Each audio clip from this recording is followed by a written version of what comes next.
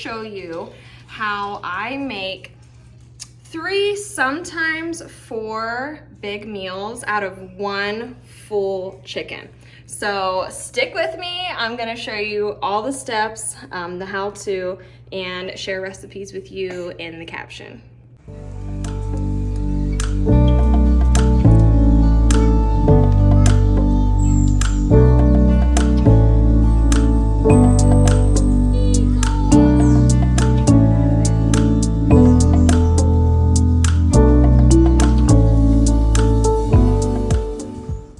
First, I'm gonna start with a little bit of cleanup in this area. I cut a watermelon for the kids earlier and gonna just put some plastic wrap on it. I would love to get some of those fruit covers that are kind of like plastic wrap with the elastic on it so you can reuse them. But I was gonna show you here as well how I cut my watermelon. This is the easiest way that I've found to cut watermelon for kids. My kids like it in chunks, but they also like to just eat it like, you know, the classic piece of pie type of watermelon. But here I'm going to show you a little bit of how I do.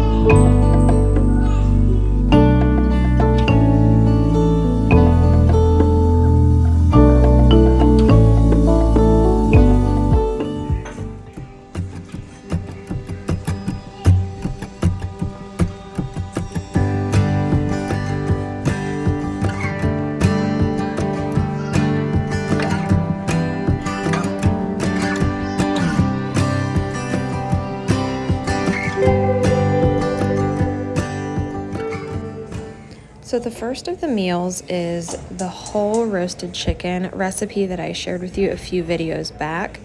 All I do is add some broth, some carrots, and some potatoes, as well as some herbs, and roast that whole chicken on 425 for about an hour and 15 minutes. Some ovens will need an hour and a half, but an hour and 15 minutes should be good. So that's what we had 2 days ago for dinner. Now I'm gonna pull this whole chicken out. You see that I've just turned the heat on low. I'm gonna scrape off some of this broth that has gotten very jellified, which is a great sign. If you didn't know, that jellified broth is very rich in collagen, rich in nutrients, so that's something that is going to give you an extra nutrient dense meal. So I take out what's left of the chicken after all of us picking at the chicken, eating our carrots, eating our potatoes, and now I'm going to heat up that broth and the remaining potatoes and carrots. So here I'm going to show you exactly how I pick all the meat off of this chicken.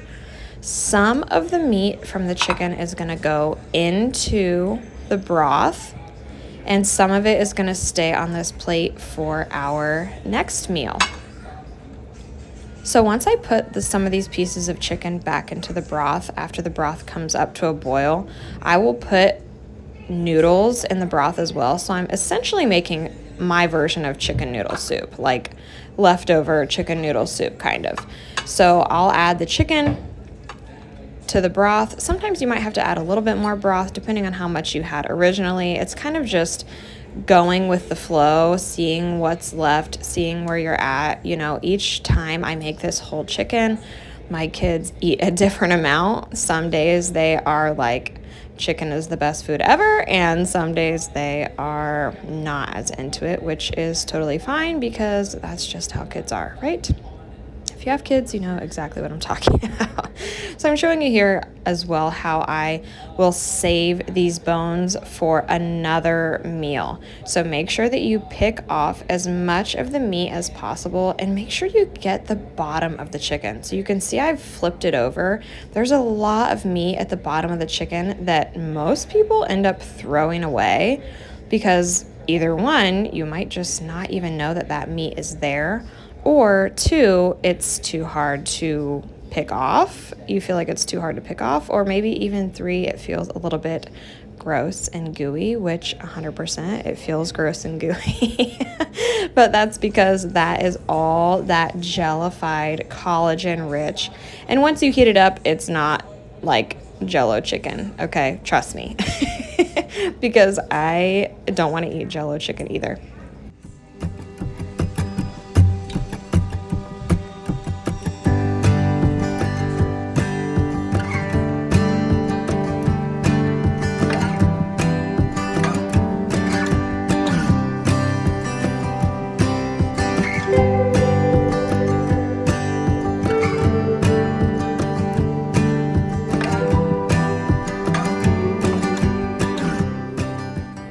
After I've picked the chicken, most of my kids want chicken right off the bone. So I'm gonna put enough chicken for a couple of kids. You know, like I said, we don't know what kind of mood they're gonna be in. So I will make enough chicken for two of them and then see where we go from there. Sometimes they'll be like, oh my gosh, me, I want chicken, I need more chicken. And sometimes they won't even finish what I've done.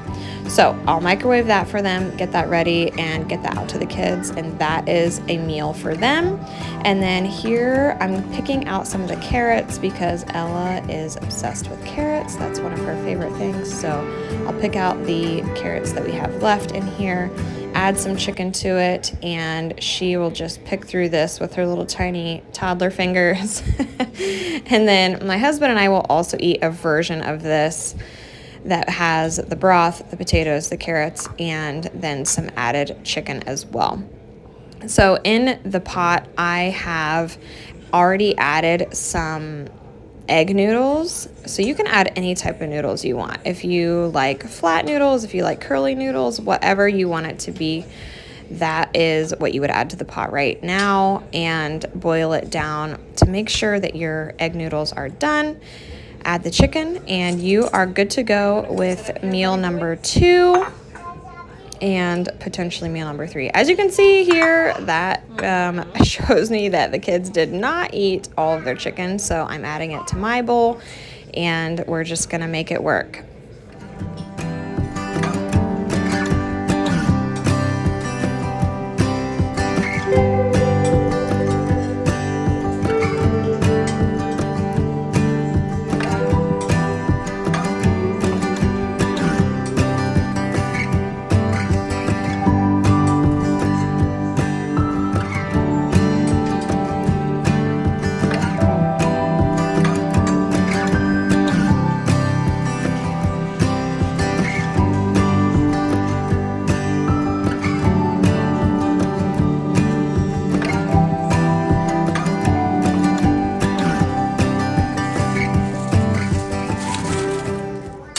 Grab a bag and save all of these bones for our next meal.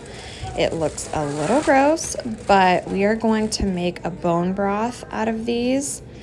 That bone broth can be used for things like just heating it up in a cup, adding a little salt for a snack in the afternoon, or maybe even making broth with noodles for the kids. They love that. Or making our next whole chicken. Depending on how often we eat this, I can sometimes put that broth straight into the next chicken. My husband typically likes to have a whole chicken about once a week, so I would probably use that broth up before the next chicken is ready to go on. But you can use broth for a ton of things. As you know, if you are making lots of homemade meals, broth is used throughout. In order to make the broth, I always use this pressure cooker. I'm going to link that for you in the description because this has been honestly my most used kitchen item. And it's great because it's a set it and forget it. You don't have to tend to it. You don't have to monitor it. It can cook meat very fast. So some of those beef recipes that you have that say like cook for 4 to 6 hours, you can cook it in this pressure cooker for about an hour and it will come out super tender and delicious.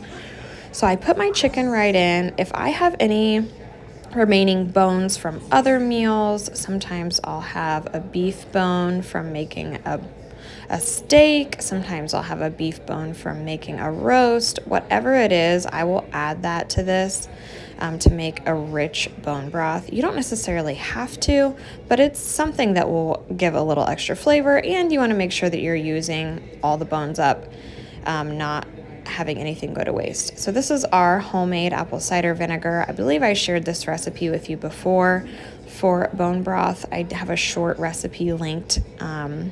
I'll link it in the description as well for bone broth because this is how I do it every time. It comes out amazing. You can add any vegetables as well that are not bad, but you feel like they're on the verge of going bad.